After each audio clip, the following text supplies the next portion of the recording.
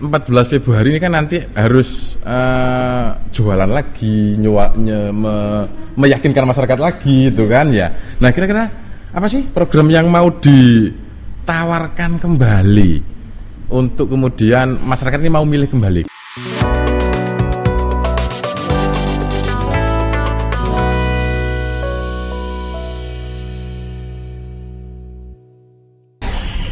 Assalamualaikum warahmatullahi wabarakatuh. Sahabat Sakinah, ketemu lagi dengan saya Syafiq Manaf di channel Sakinah Menyapa. Nah, hari ini kita berada di ruangan dan suasana yang berbeda karena kita akan berbincang dengan orang-orang yang berbeda. Kenapa berbeda?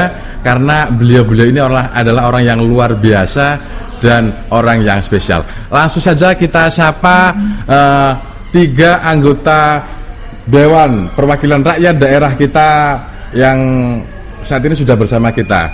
Iki ngenalan nih ya apa enak situ bareng atau iya enak ngenalannya satu-satu ya.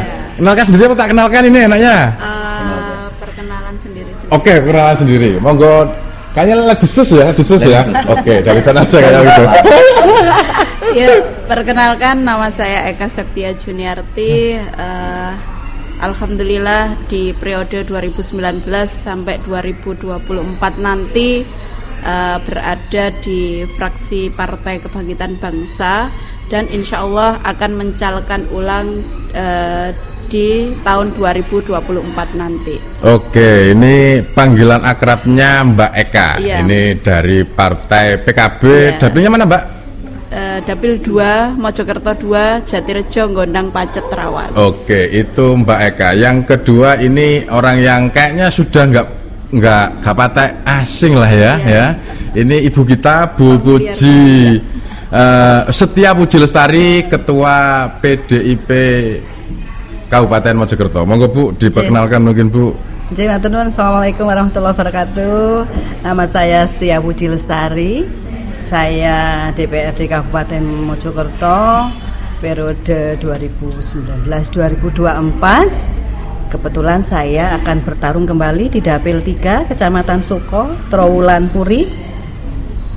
Jadi saya sekarang masih ada di periode ketiga. Insya Allah akan mencalonkan kembali di periode yang akan datang. Tepatnya di tanggal 14 Februari. Dapil 3 Kecamatan Suko, Trowulan Puri. Nah, jadi panggilan keren saya Mbak Puji.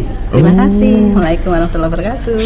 Waalaikumsalam warahmatullahi wabarakatuh. Saya kira panggilannya itu Bu Puji, ternyata Mbak Puji ternyata. Channel terus. Menolak tua. Single juga. Masih single juga. Iya. Masih umurnya wis akeh. Oke, menolak tua ya, jiwanya tetap muda. Nah, ini terakhir yang paling ganteng. Ini juga dulu saya kenalnya ini asalnya dari ibu kota ini. Ya, benar atau tidak? Monggo Mas Hendra memperkenalkan diri. Terima kasih. Assalamualaikum warahmatullahi wabarakatuh. Saya Hendra Purnomo. Saya sekarang menjabat sebagai anggota DPRD Kabupaten Mojokerto di periode kedua dan mau ketiga. Dapil saya, dapil yang saya cintai, dapil 1 yaitu Mojosari, Kecamatan Pungging, Kecamatan Ngoro.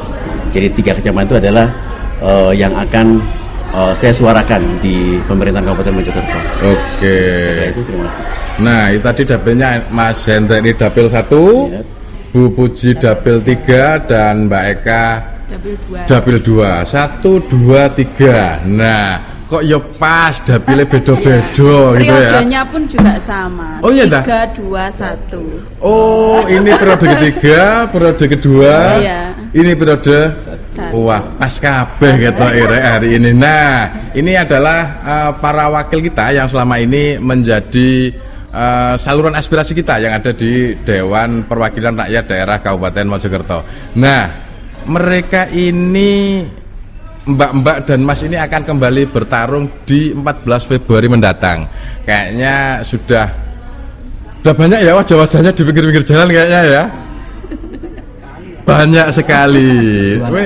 Jualan. Nah, karena sudah ngomong jualan, ini ada yang menarik loh Mas ya. Kemarin saya saat diskusi sama teman-teman di Surabaya ya, itu istilahnya itu ada istilah baru atau nggak tahu atau lama juga lah ya di pemilu kali ini. Jadi orang-orang ini jual diri. Sepakat nggak? Enggak sih. Ya, enggak. Kalimat jual diri kan. Iya. Ya, tapi Konotatif tergantung persepsi masing-masing Oke, ya ketika iya. mengartikan kalimat itu. Kalau saya memperkenalkan ke masyarakat. Jadi bukan menjual ya. Bukan menjual ya. Bukan menjual, tapi memperkenalkan, mempromosikan bahwa kita itu siap membantu mereka. Oke, ya. Kalau menjual kan dibeli putus, ya kan? Kalau memperkenalkan, memperjuangkan, otomatis kan masih panjang waktunya. Oke, ada beli putus, ada jual diri. Nah, ini kira-kira saya kemarin sempat lah jalan-jalan, ini kayaknya sudah mulai masang-masang gambar gitu kan ya. Mbak Puji juga di pojokan itu juga besar. Udah bikin apa namanya alat peragamannya apa aja, Mbak Puji? Dalam samping banner kita juga punya alat lain, stiker dan lain sebagainya ya. Pertama ya mungkin kendaraan-kendaraan pribadi kita kan sudah dipergunakan. Oh, di branding gitu ya mobilnya. Kita branding itu sudah banyak lah kegiatan yang sudah kita lakukan untuk. Kalau Mbak Eka selain itu apa lagi? Sama sih, banyak selain banner, APK, mungkin souvenir kecil, branding mobil. Kalau branding mobil itu kami sudah ada instruksi dari DPP kami. Itu sudah 2 tahun yang lalu kita sudah branding mobil kita masing-masing. Lah, lucunya kemarin saya itu meskipun caleg perempuan, tapi saya pakai alat peraga kampanyenya pakai korek api. Tapi, korek api. Iya. Tapi itu bukan termasuk untuk APK. Ternyata di KPU tidak ada ketentuan untuk korek api itu tadi. Gitu. Artinya nggak boleh apa boleh? Artinya ya cuman sekedar buat di souvenir atau dititip-titipkan di warung gitu aja sih untuk perkenalan. Mas Hendra ada yang beda enggak selain yang biasanya dilakukan oleh teman-teman? Kalau saya tidak pasang APK di jalan-jalan, tapi saya memasang APK itu di rumah tim sukses. Oh, ya, berarti yang saya lihat itu berarti rumah tim sukses sampean berarti ya. Area pekarangan tim sukses biar tidak ada yang merusak atau yang mengganggu gitu. Jadi yang gini ya, mungkin kita mempunyai trik-trik masing-masing ya. Dengan pengalaman yang ada di lapangan, kita punya cara-cara kita sendiri bagaimana kita itu bisa menarik perhatian ya. Karena untuk tahun 2024 ini saya melihat, waduh, pemilihnya itu luar biasa, apalagi kalangan muda kan ya. Luar biasa apa ini Bu? Kalau pinter-pinter sekarang sudah. Oke, pemilihnya pinter-pinter. Cara kayak piye carane cek iso menarik lah seperti itu. Oke, ya. Mas Indra nggak pakai medsos? Atau internet? Saya pakai Facebook, pakai Instagram, pakai. Ada salah satu Facebook juga dipegang oleh PA saya. Saya punya asisten personal.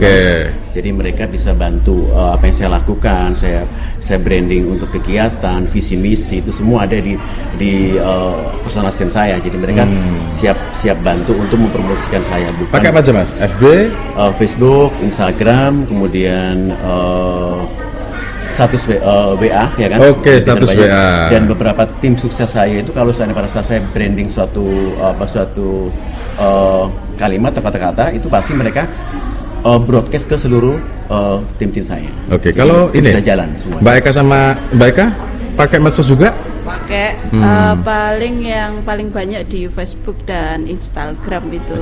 Karena pemilih sekarang itu kan pemilih pemula, harusnya kita itu juga lebih aware dengan pemilih-pemilih pemuda itu tadi. Apa yang disukai anak-anak muda kita ikuti dengan cara-cara kita seperti medsos tersebut. Oke. Gitu. Kalau Mbak Puji juga pakai? Pakai juga. Apalagi ini instruksi langsung ya pusat ya dari Dewan Pimpinan Pusat PDI Perjuangan. Jadi setiap caleg ini hukumnya wajib punya medsos. Kalau saya sih menggunakan IG, Facebook saya atas nama Setia Puji Lestari. Kalau di TikTok saya itu punya TikTok juga. Jadi saya punya TikTok itu cukup kalimatnya itu singkat tapi mudah dihafalkan. Memo Puji. Kenapa kok saya milih Memo? Karena saya ini sudah nenek 5 cucu loh. Memo. Jadi kalimat yang gampang dihafalkan dengan cucu saya. Memo, kalau panggil makan Memo. Panggilannya Memo. Iya. Saya kalau manggil Memo Puji. Itu medsos saya. Nenek 5 cucu masih tektokan. Salah satunya untuk sebagai saluran sosialisasi juga mungkin saluran juga ya. Jadi kita memperkenalkan tentang figur kita. Apa sih kegiatan sudah kita lakukan setiap harinya itu. Nah, kira-kira kalau ini kan sudah jalan kan ya, yang konvensional, yang di rumahnya apa namanya, tim-tim itu sudah ya, Pak. Korek-korek mungkin juga sudah nyebar ya kan. Dari hasil melakukan masang banner dan juga di medsos, bedanya apa dan efektif mana kira-kira? Sama-sama efektif kalau menurut saya, karena meskipun kita itu caleg incumbent, tapi kita selalu harus memperkenalkan. Kadang di kecamatan ini kita menjadi apa ya, terkenal. Oke, terkenal. Tapi belum tentu di kecamatan lain ada yang mengenal kita kan. Jadi semuanya ini sama-sama efektif untuk APK dan juga medsos itu tadi. Kalau Sandra? Kalau saya lebih langsung ke tim sukses. Karena kalau di medsos itu kan teman saya banyak seluruh Indonesia. Jadi mereka lihat pun nggak bisa nyoblos. Ya. Fokus ke tim sukses karena sekarang itu lagi saya nggak tahu ya, banyak bersyukur sekali malah sekarang itu banyak tim sukses yang mendaftar ke saya. Kebanyakan saya kebanyakan tim sukses jadinya. Jadi kelebihan karena mungkin mereka tahu kinerja selama saya 2 periode, akhirnya mereka berbondong-bondong mendaftar gitu loh. Itu yang saya alami, jadi lebih mudah mendaftar sebagai tim sukses karena kita lebih banyak komunikasi dengan masyarakat dan mereka tahu kinerja kita dan kita memang maksimal buat mereka. Itu nanti nggak takut dibohongi daftar jadi tim ses mek katene pemilu tok gitu. Enggak, kita tahu. Jadi kita punya Kordes yang menganalisa calon-calon tim sukses. Jadi orangnya benar, orangnya amanah atau enggak kita tahu. Ada screening gitu. Kalau Buji efektif mana Bu? Antara konvensional, banner-banner, nyapa sama-sama efektif ya. Sama-sama juga ya? Iya, jadi kita menggunakan berbagai metode, kita gunakan medsos kita turba langsung dan itu yang lebih menyentuh. Jadi kita datang langsung pada masyarakat, kita membentuk tim-tim yang memang sudah sangat akurat, terutama kita menggerakkan mesin-mesin partai. Kalau di PDI memang luar biasa dan kita sudah mendapatkan penghargaan ya, PDI Perjuangan itu mendapatkan penghargaan karena memiliki struktural yang sampai tingkatan anak ranting. Jadi memang kita tinggal ya, kalau kita sudah punya grup WhatsApp-nya, kita tinggal kamu kesini. Jadi kita tidak menunggu harus hari ini jam segini, tidak, sewaktu-waktu. Jadi kita menyampaikan program apapun kita lebih cepat dengan media sosial. Tapi ada hal-hal yang kita memang butuh untuk menyentuh langsung masyarakat. Jadi kita harus ada next time ya, harus ada waktu selalu untuk masyarakat. Kalau HP ya enggak boleh lah, ketika mencalonkan aja HP-nya on. Tapi kalau sudah boleh aneh. Jangan sampai seperti itu. Jadi kita tetap melayani dengan sepenuh hati sebagai tugas sebagai orang DPR dan sebagai calon kembali mencalonkan di periode yang akan datang. Nah, menarik karena dulu nih ya, dulu yang saya alami juga mungkin juga teman-teman juga ngalami ya. Atau juga jenengan, bahwa ketika kita memilih seseorang, kita memilih wakil kita untuk di DPRD, mari dadi ilang omai tutupane.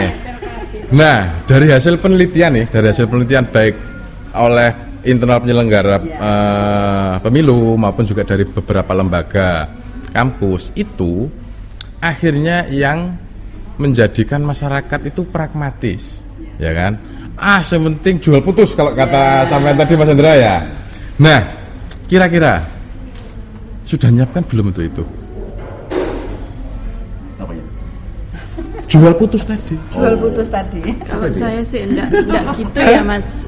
Bahasanya mungkin kita tidak jual putus atau bahasa apalah yang Mas Safi berikan kepada kita. Money politik lah bahasa gampangnya itu. Cuman saya gini saja, karena kita incumbent, kita sudah tahu, kita sudah pernah menaruh harapannya masyarakat ke kita. Kalau masyarakat suka ke kita, berarti hakimi saya dengan memilih saya kembali. Tapi kalau masyarakat sudah tidak suka kepada saya, hakimi jangan memilih saya gitu. Mas Hendra, nyiap apa Mas? Kalau saya banyak sponsor. Banyak sponsor. Oke. Teman saya banyak, sahabat saya banyak, mereka selalu dukung.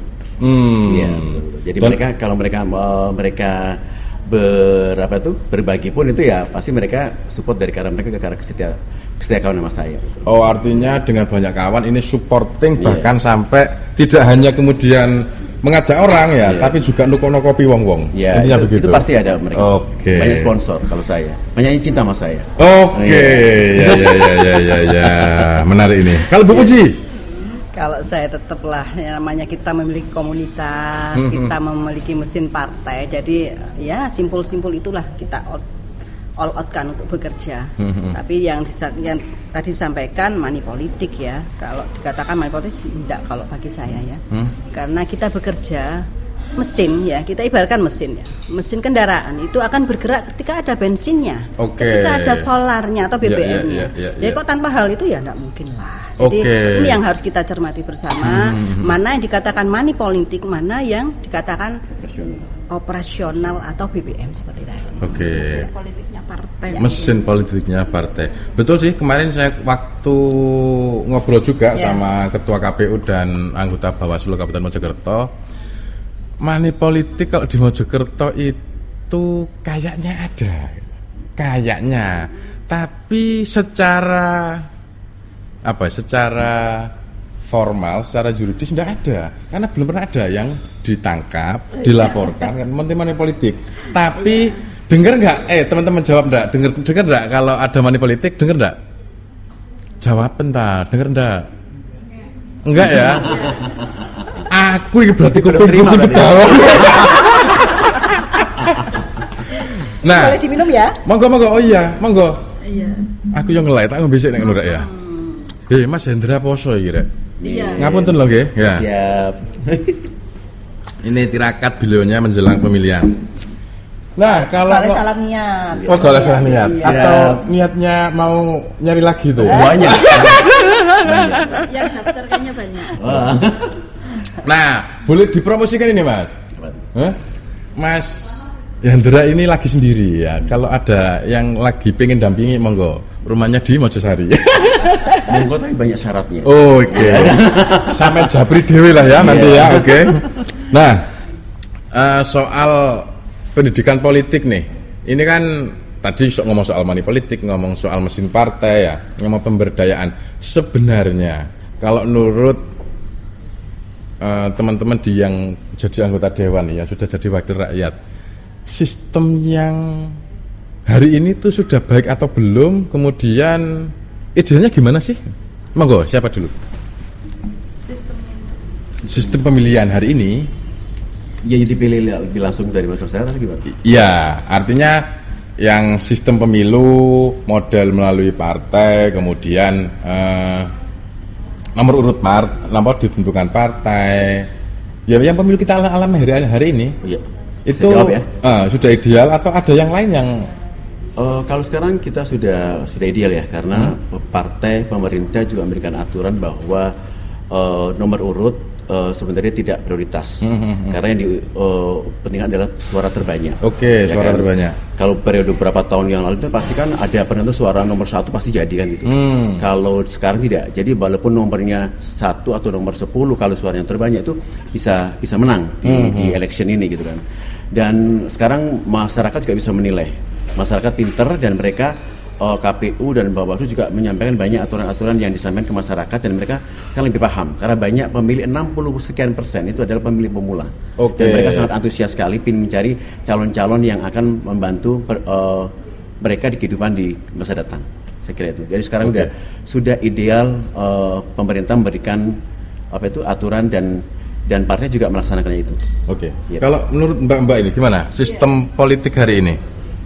Kalau menurut saya sih sudah ideal. Ideal ya? Iya, sempat kan waktu itu ada gugatan di MK terkait nanti ada nomor urut 1 yang jadi dan lain sebagainya. Tapi kan itu semua tidak jadi formulanya tetap seperti di tahun 2019.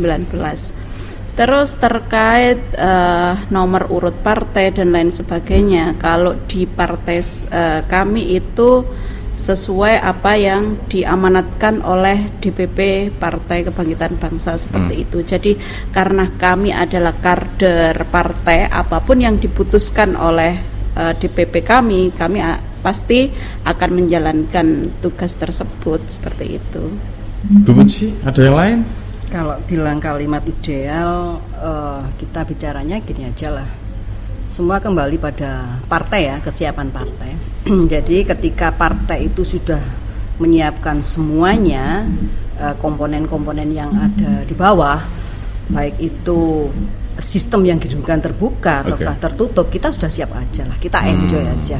Jadi kita siap ketika itu nanti perusahaan tertutup, monggo, kita pakai terbuka, monggo, artinya kita sudah siap. Kita fix dulu partainya itu, karena ya itu saya kembali lagi selaku kader PDI Perjuangan, saya siap dengan apapun keputusan, tapi kita sudah menyiapkan apapun itu yang menjadi yang terbaik. Artinya kalau menggunakan sistem tertutup, kita sudah harus menempatkan orang kader-kader terbaik kita untuk ketika menggunakan sistem yang tertutup. Ketika terbuka ya sudah, kita bertarunglah di sini.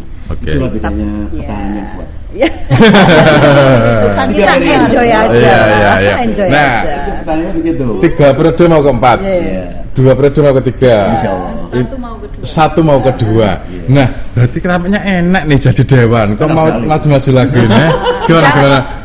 Cara etisnya ya antara enak atau tidak enak. Kalau enak itu kan makanan, Mas. Tapi mungkin kalau kembali lagi ke kitanya, ini karena kita sudah mengemban amanatnya masyarakat seperti itu.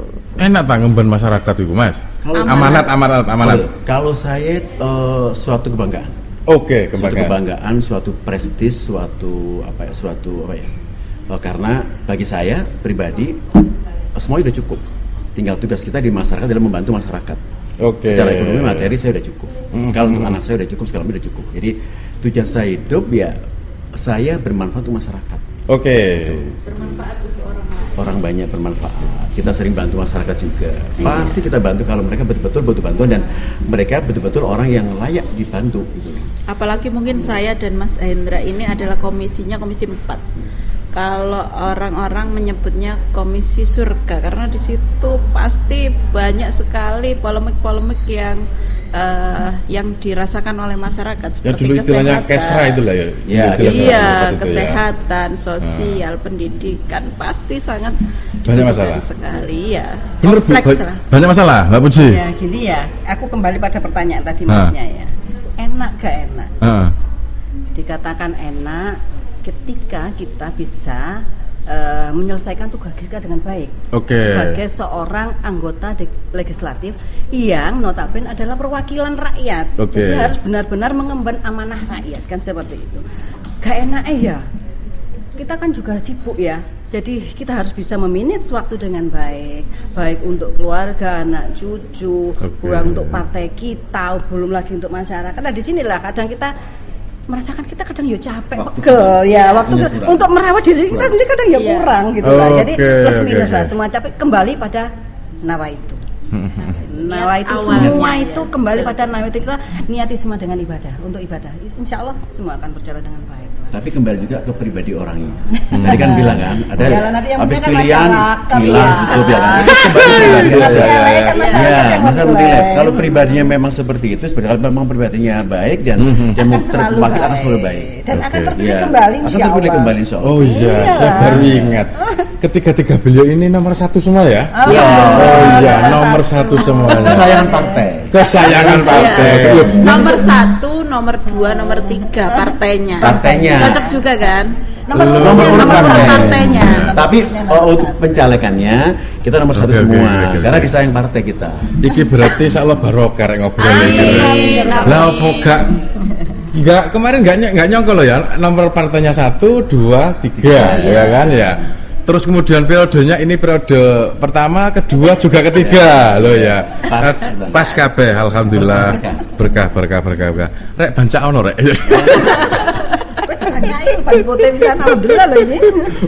Monggo. Iya. Nah, karena semuanya nomor 1 nih ya. Kira-kira ini kan nanti 14 Februari ini kan nanti harus jualan lagi, meyakinkan masyarakat lagi itu kan ya. Nah, kira-kira apa sih program yang mau ditawarkan kembali untuk kemudian masyarakat ini mau milih kembali kepada panjenengan sedaya ini? Kalau tugas kita memang tentunya adalah delegasi ya, perwakilan rakyat untuk di pemerintah Kabupaten Mojokerto. Ya kita dulu saya di Badan Anggaran juga ya kan, kita di delegasi, kemudian ke penganggaran, kemudian membuat perda juga. Kita ikut mengerjakan semua yang kita diberikan tugas oleh DPRD Kabupaten Mojokerto, dan itu semua memang karena tugas kita harus jalan semuanya gitu loh. Itu yang kita laksanakan dengan baik gitu loh. Karena tugas kita ada delegasi, otomatis kita menyuarakan mereka, dan mereka juga pasti akan lebih bisa kalau ada permasalahan dengan pemerintahan pasti lari ke kita. Jadi saya dengan wujud nyata pernah bantu beliau-beliaunya itu di tiap-tiap desa, pasti mereka akan suara Pak Hendra seperti ini, akhirnya mereka banyak membantu gitu. Tapi ada juga yang tidak mendukung karena faktor-faktor lain ya kan. Itu ada seperti itu. Karena namanya orang kan ada suka dan tidak suka. Saya aja yang tidak pernah ngapa-ngapain di lingkungan aja ada yang tidak suka karena faktor apa? Faktor iri gitu loh. Itu nggak bisa seperti itu. Tapi tujuan saya adalah sini adalah membantu masyarakat semaksimal mungkin. Jangan hidup kalau kemudian apa ya? Ada orang sukses harus semua orang senang katanya. Senang, betul. Nah, kalau ini Mbak ini apa Mbak yang akan ditawarkan nih? Milih aku mana rek? Kenapa gitu? Kenapa harus milih? Mungkin ya kalau saya ya karena sudah bukti nyata. Ketika di situ ada polemik, ada suatu usulan hasil serap aspirasi masyarakat yang sudah saya tuangkan, seperti contohnya nih, saya kemarin sudah sebagian pokir saya sudah saya belikan mobil operasional di 2 MWC yang untuk di situ operasionalnya sebagai mungkin bisa alat bantu untuk yang membutuhkan gitu. Artinya dengan kerja nyata yang kemarin ya mosok yo gak ngerti rek. Ngoten Mbak Puji. Iya. Kalau saya itu ya namanya program nyata ya. Tepatnya kita harus selalu siaplah untuk masyarakat, melayani masyarakat, karena hari ini banyak sih ya kasus-kasus yang sangat-sangat membutuhkan kita harus turun. Artinya itu tadi yang saya sampaikan, di DPR ojo angel golekane. HP ini harus on terus dan sing terpenting pokoknya ojo utang wis ngono ya. Program kita kawal program kita harus siap sesuai kebutuhannya masyarakat. Menarik iki, ojo utang rek karena sejeng, lek utang ana bang. Oke. Mungkin kalau pengen utang dilantarkan lah ya. Bisa batin masyarakat kayaknya. Iya kayaknya. Karena ini kan jagonya partainya wong cilik kan, ya kan PDIP itu kan ya. Ya. Rek aja utang rek, dewan ku ya padha butuh duwike kan ngono kan ya. Utang nang bank ae ngono. Sampe takon lek padha ditang bank kabeh gak sih ya. Ngoten ya? Enggak. Oh, sampe enggak ya? Wah, cocok iki wis. Cocok kalau gak utang. Siap. Nah, itu program-program yang akan ditawarkan 3 beliau-beliau yang akan kembali bertarung lah, gampangnya bertarung di pemilu legislatif mendatang. Nah, kira-kira Bu, ini kan kebetulan kan podcastnya di Rumah Sakit Islam Sakinah nih. Nah, kira-kira program kesehatan apa yang akan nanti diperjuangkan untuk masyarakat Kabupaten Mojokerto? Monggo, Bu Puji lah, Mbak Puji. Kalau berkaitan dengan kesehatan, yang penting saya itu gini lah ya, ketika masyarakat yang kurang mampu, ini harus match antara program di wilayah, di daerah sampai tingkat pusat. Nah, jangan sampai ada kalimat atau ada penolakan dari pihak rumah sakit ini tidak bisa atau ada apa yang mungkin tidak tercover dalam BPJS. Jadi ini yang memang program yang memang harus kita kawal betul, karena kita masyarakat yang kurang mampu itu mempunyai hak untuk dilayani kan. Jadi ini mungkin program-program yang nanti akan kepinginnya kita itu benar-benar setiap rumah sakit ini ada ya. Jadi tidak mempersulit terkait urusan dengan penerimaan pasien. Artinya Mbak Puji akan memperjuangkan bahwa seluruh masyarakat miskin terutama ini harus punya BPJS kesehatan dan hanya bukan BPJS kesehatan, maksudnya itu kan ada ya sekarang itu. Kalau dulu KIS ya, Oke. Itu kan KIS program APBD, yang RBD. itu kan misal nanti akan diganti, itu tetap ada gitu loh. Oke, Tidak dapat dihapus, iya, jadi iya, tetap iya, ada. iya. Jadi dengan model yang gimana tetap itu ada. Artinya ini untuk menalangi apa ya? Masyarakat yang memang punya hak lah. Karena sekarang ini banyak ya contoh ketika kita turun itu tidak tepat sasaran. Oke. Jadi bantuan-bantuan yang tidak tepat sasaran, ono maneh sing dulure para pemilik kekuasaan. Oke. Satu contoh kalau kepala desa Pak Polo. Sing dipilih duwe kartu-kartu ki ya cuma dulur-dulure tim Oke, sukses. Jangan sampai iya. seperti itulah. Jadi semua lah masyarakat yang terutama yang tidak mampu, ono rondo gak duwe ya, terus wis tuwek, dia tidak punya lah, kan tidak tahu, kadang kan tidak tahu kan, mereka tidak tahu karena apa? Aku lu gak ngerti program itu, Bu, aku tolong dikawal lah. Dari sini nanti kita untuk mengenal betul-betul bagaimana kita juga bisa berkomunikasi dengan baik dengan semua rumah sakit. Ya intinya direkturnya ojo angel-angel tak kontak. Oke. Termasuk para dokternya. Ya itu. Pak Direktur, nek ditelepon Wakil Ketua DPRD sampe nangkat lah. Enggak lah, baik kok kita. Oh baik ya. Nah, kalau dari Gerindra nih, apa kira-kira program kesehatan untuk masyarakat Mojokerto? Oh gini, kebetulan saya di Komisi 4. Oke. Komisi 4 itu membedakan kesehatan, pendidikan, tenaga kerja, sosial dan lain. Komisi 4 ini sekarang itu kan Bupati kemarin dapat penghargaan UHC. Oke, UHC ya. Universal Health Coverage. Bahwa masyarakat Mojokerto kaya miskin itu ditanggung oleh pemerintah Kabupaten Mojokerto. Ada sekian 90% lebih itu ditanggung oleh pemerintah. Asalkan berobat pertama kali di puskesmas. Kalau puskesmas nggak mampu dirujuk ke rumah sakit Sukandar atau Basuni.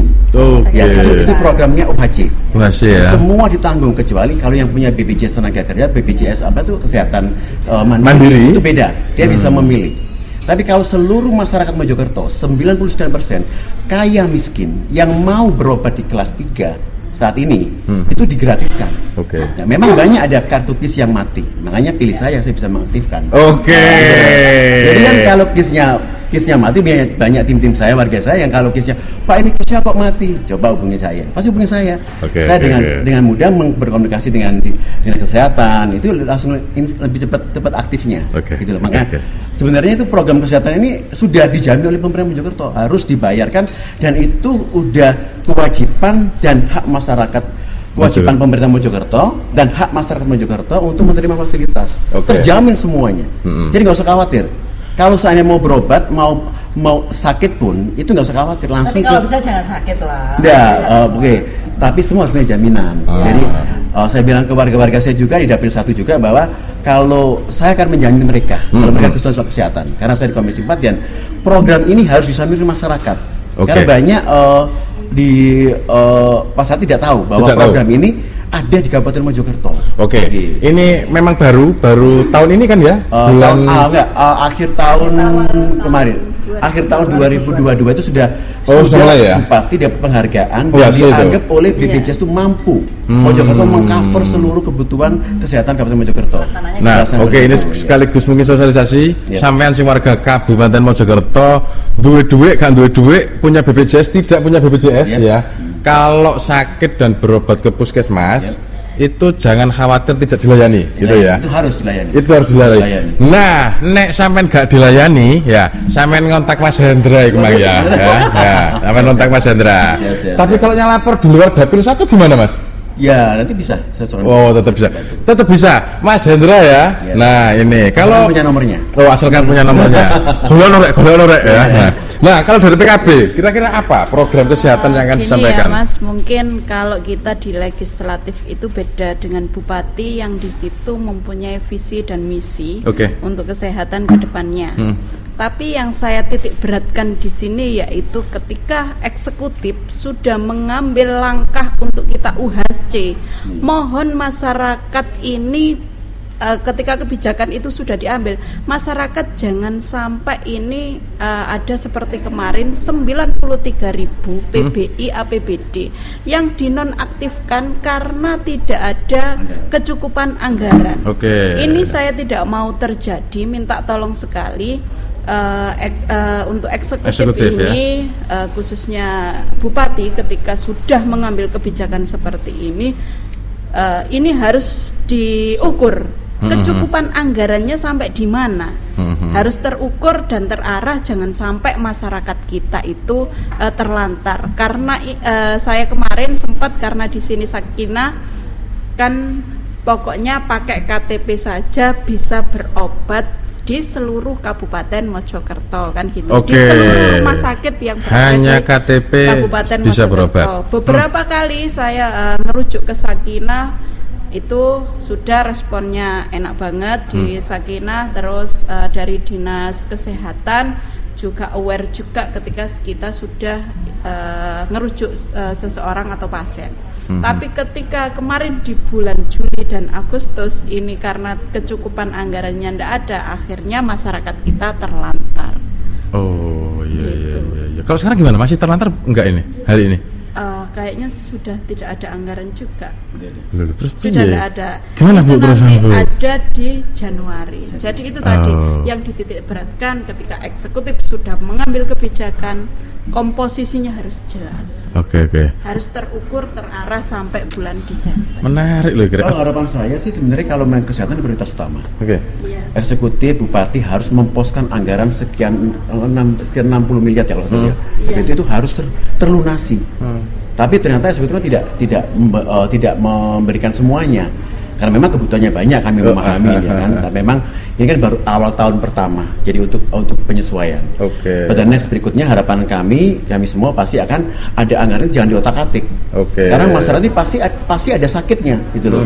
Kalau seandainya mereka sakit, akhirnya pada saat berobat di puskesmas ditolak, ya kan otomatis kan mereka diarahkan ke BB Mandiri kan kalau mereka punya uang. Kalau nggak punya kasihan. Jadi itu memang harus diposkan spesial khusus untuk kesehatan. Kesehatan, pendidikan tuh udah harus diprioritaskan. Untuk 2024 kan sedang pembahasan apa sudah gedok? Jadi sekarang ini DPRD lagi getol-getolnya pada tahapan untuk pembahasan di APBD 2024. Jadi yang perlu kita ingat memang hal anggaran wajib itu memang harus dicukupi dulu. Pendidikan dan kesehatan itu. Setelah itu karena 2024 ini ada hal krusial yang kita tahu semua, pesta demokrasi. Jadi ada anggaran yang memang wajib untuk kita anggarkan, yaitu terkait dengan pemilu. Hal ini yang memang pemilu dan mungkin pilkada. Ada beberapa anggaran yang tergeser sehingga memang karena ini wajib juga ya, pemilu kan memang harus dilaksanakan 5 tahun sekali.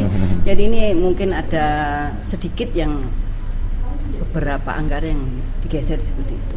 Jadi yang terpenting adalah anggaran wajib ini tetap tercukupi. Nah, itu tadi soal apa yang akan mereka lakukan dan apa yang beberapa juga telah mereka Bapak Rekmas dan Mbak lakukan ketika menjadi anggota dewan. Nah, ini juga pemilu hari ini kan sama dengan pemilu sebelumnya, ini bareng antara pemilu legislatif dan juga capres. Ada ndak target-target tentu? Pak Prabowo itu menang iki nggo Mojokerto atau iki Anies amin ya. Dan Pak Ganjar Mahfud juga. Nah, targetnya berapa? Mau nggak jawab dulu? Kalau maksudnya targetnya apa itu? Kalau saya Gama, targetnya 70%. 70%. Menang di Kabupaten. Amin berapa Amin? 95%. 95%. Tinggi-tinggi lah. Prabowo 100.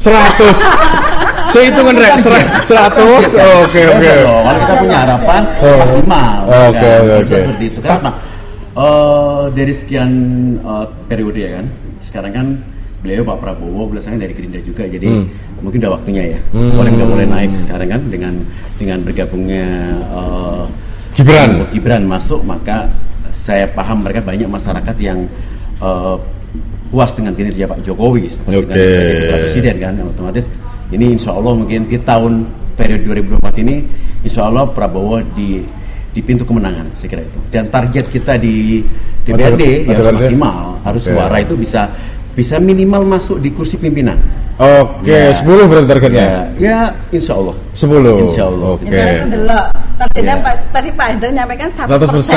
Bisa enggak 100%? Ada nggak sih dari DPP sana Mas Mojokerto minimal 50, 60 gitu. Ada, kalau secara logika ya kan, mungkin kita kan dari kursi dari 5 kemudian 3, harapan kami 10 kursi. Harapan kami 10 kursi dewan. Untuk dewannya. Ya, kalau untuk presidennya? Ya Pak, kalau Pak Prabowo pasti diusahakan maksimal mungkin. Target masih bebas. Oh, belum ya, belum ada target masih proses campaign, kampanye. Kampanye karena kita juga sering diserang segala macam cara kan gitu kan. Kalau tua nggak boleh, kemudahan nggak boleh ya kan. Ada aja yang jadi drama politik yang gitu. Jadi insya Allah dengan cara penjagaan itu kita akan tetap fight, kita sabar. Kalau orang menghina, menghujat, kita pesan Pak Prabowo senyumin aja. Oke. Karena kita akan diamang kemenangan. Mbak Eka, itu targetnya 95% dari DPP. Iya dong, karena kan gini, kalau PKB itu Jawa Timur kan pastinya hijau. Oke. Lah Pak Aniesnya ketika di luar Jawa, Pak Aniesnya lah yang mengkater kita, khususnya ketum kita untuk bisa menjadi capres dan cawapres atau presiden dan wakil presiden seperti itu. Karena sekarang 10 ya kursinya ya. 10. Nah, 10 PD dengan 95% untuk capresnya. Iya. Bu, sama enggak wedi ya, Bu? Enggak lah, PDI Perjuangan itu enggak pernah takut. Logonya sungune lincip dengan mata merahnya ya, dengan mulut putihnya kan kita harus bicara jujur. Jadi kita realita aja lah, real aja. Kalau tahun lalu capresnya yang waktu 5 tahun yang lalu kita target 65% pada waktu menyampaikan, alhamdulillah 65% betul. Dan sekarang target kita untuk pemilihan presidennya 70%. Kita tidak ambil mulus, yang penting kita kerja nyata aja lah. Kita tetap bergerak sesuai dengan koridor kita, aturan kita. 7% untuk presidennya tercapai dan 14 kursi DPRD akan kita raih. Oh, 14 kursi target 10 targetnya berapa Pak PKB? 16. Beruberan terus. 16 sampai 14 30 petang polo. Wis dipek ijen wong telu. Nah, ini untuk generasi muda ya, para penerus nanti mungkin 5 tahun lagi, mungkin 10 tahun lagi. Nah, kira-kira untuk bisa jadi caleg itu ada syarat-syarat tertentu nggak sih? Umpamanya saya nih atau mas-mas ini yang kemudian mbak-mbak inilah ya yang mau nyalek 5 tahun lagi, mungkin gimana? Ada syarat-syarat tertentu enggak? Syaratnya mungkin ya itu ya harus ya, kenal jasmani, rohani seperti syarat-syaratnya. Apakah harus kenal dengan pengurus partainya gitu? Keluarga dekatnya gitu. Kenal dulu. Oh, kenal dulu. Iya, kalau enggak kenal terus tiba-tiba nyalek atas dasar apa kan gitu. Oke. Terus harus punya mungkin kredibilitas, kualitas. Kalau Mbak Eka dulu nyalek di PKB itu dilamar PKB atau daftar atau gimana? Kalau saya dulu itu karena mbah-mbah saya itu sudah pengurus, kalau zaman dulu pengurus muslimat. Gitu. Jadi saya bergelutnya juga di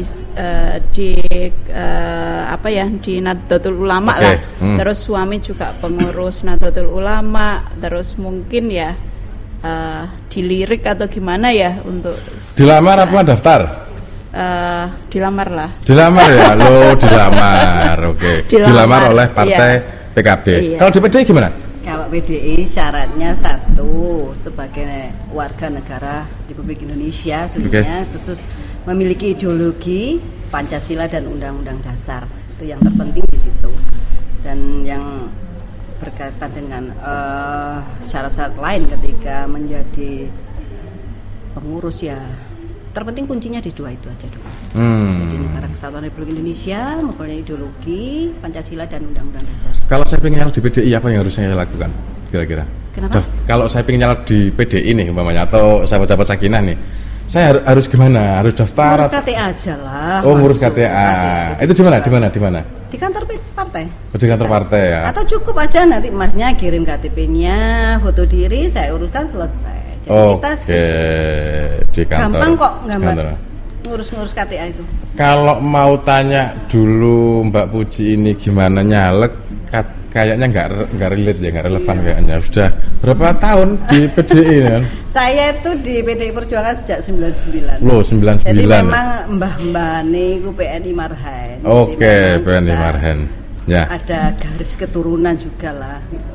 Nah, kalau Mas Hendra aja dulu gimana Mas? Dilamar, ngelamar atau piye Mas? Saya dikirim. Dikirim dari pusat. Oh. Jadi saya dari Jakarta, dari ring 1 beliau Pak Prabowo. Terus saya dipertemukan dengan Pak Sekjen. Orang dalam ternyata Mas Hendra ini. Pusat. Backingan pusat. Ini yang benar terjadi yang benar. Saya diperintahkan untuk membantu Mojokerto. Karena waktu Mojokerto cuma dua kursi. Akhirnya saya masuk nyalek, akhirnya dapat saya urut nomor 1. Malah incumbent di bawah saya kemarin, sempat heboh waktu itu. Dan akhirnya dapat 5 kursi.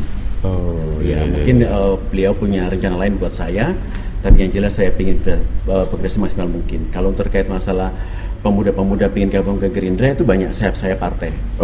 Ada yang tentang kesehatan, kemudian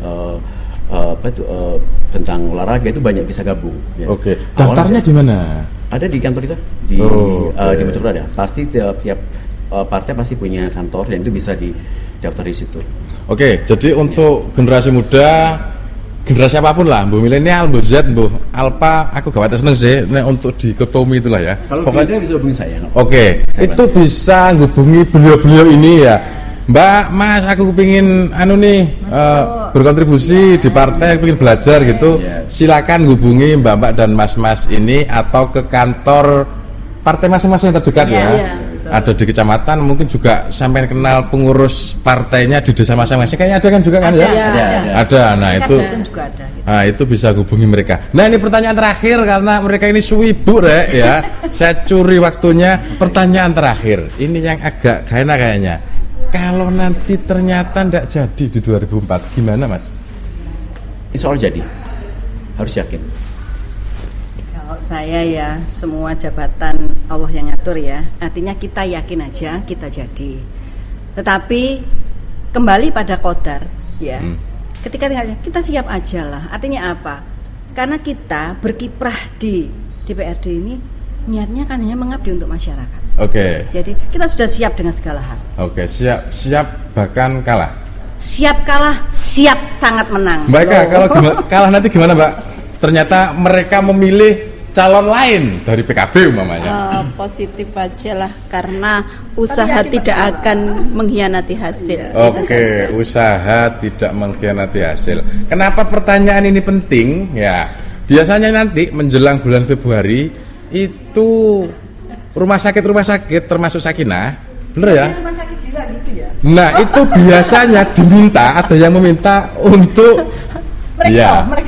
Menyiapkan ruangan khusus untuk kemudian mungkin namanya juga, apalagi yang PD kayak Mas Hendra pasti menang gitu kan ya. Kadang-kadang kan depresi gitu kan Mas ya. Tapi jangan sampai lah ya Mas ya. Tapi beda Mas. Beda ya. Kalau periode pilihan sekarang, kemarin caleg udah pinter. Beda sama 3 periode yang lalu, banyak gila mendadak. Kalau sekarang orang udah, kalau mau nyalek, kalau dia betul mau tarung, dia harus mengukur kemampuan dan kapasitas caleg. Ya, mereka udah ngukur. Ini caleg beneran, apa caleg pelengkap, apa caleg jadi-jadian. Ya, kita udah ngukur. Nek dadi DPR kudu siap. Ya, siapnya gini. Ojo sampai duwe niatan dadi DPR golek duit. Niati semua ibadah dan mengabdi pada masyarakat. Gitu. DPRD bukan pekerjaan yang bisa dilamar. Itu. Kita kan punya tugas sendiri, wajib kita. Nek nduk DPR iki selingan, tapi tugas nduk kayak saya, aku ya dodol tahu lah, dodol daging, dodol dele, tetep lah ada pekerjaan yang wajib. Ya kan kita punya guru kita, punya anggota kita, punya karyawan, jadi saya tahu pabriknya beliau juga kan soalnya. Iya. Closing statement dari masing-masing monggo. Saya Hendra Purnomo dari fraksi Partai Gerindra. Harapan kami Mojokerto menjadi target untuk kemenangan presiden dan calon anggota dewan. Harapan kami adalah para masyarakat tetap mendukung kami sebagai wakil rakyat. Insya Allah kami akan amanah, insya Allah kami akan memperjuangkan nyenengan semuanya. Insya Allah kami akan menjadi pribadi yang terbaik buat nyenengan warga masyarakat Mojokerto. Dan target kami adalah pingin Mojokerto menjadi masyarakat yang adil dan makmur secara ekonomi dan kesehatan pendidikan. Terima kasih. Assalamualaikum warahmatullahi wabarakatuh. Waalaikumsalam. Monggo. Assalamualaikum warahmatullahi wabarakatuh. Swastiastu, Namo Buddhaya, salam kebajikan, rahayu, salam merdeka, salam Pancasila. Saya Setia Puji Lestari dari Dapil 3 Kecamatan Suko, Trawulan Puri dari PDI Perjuangan, berharapkan pada pemilu 2024 nantinya Kabupaten Mojokerto tetap kondusif dan pilih calon-calon baik presiden, baik anggota legislatif, gunakan hati nurani yang benar-benar selalu ada untuk masyarakat. Assalamualaikum warahmatullahi wabarakatuh. Bismillahirrahmanirrahim. Assalamualaikum warahmatullahi wabarakatuh. Saya Eka Septia Juniarti dari Dapil 2 Jatirejo, Gondang, Pacet, Trawas. Pilihlah saya karena mungkin nanti saya bisa berkontribusi kepada seluruh warga masyarakat yang berada di dapil saya, khususnya yaitu Dapil 2. Mungkin itu saja dari saya. Sekian, wallahu muwaffiq ila aqwamit thoriq. Wassalamualaikum warahmatullahi wabarakatuh. Waalaikumsalam warahmatullahi wabarakatuh. Terima kasih waktu dan kesempatannya Mas dan Mbak sekalian, anggota DPRD Kabupaten Mojokerto di tengah kesibukannya untuk ngobrol-ngobrol. Semoga apa yang kita obrolkan ini bisa menjadi inspirasi dan bisa memberikan manfaat kepada masyarakat Mojokerto, khususnya kepada para sahabat Sakinah semuanya. Baik, saya akhiri, kita akan ketemu lagi di bincang-bincang selanjutnya. Dan jangan lupa tanggal 14 Februari hari Valentine, Rek. Ini hari kasih suara. Coblos caleg-caleg ataupun calon pilihan Anda sesuai dengan ya sing cocok nggo atine. Saya akhiri, wallahu muwaffiq ila aqwamit thoriq. Assalamualaikum warahmatullahi wabarakatuh. Waalaikumsalam.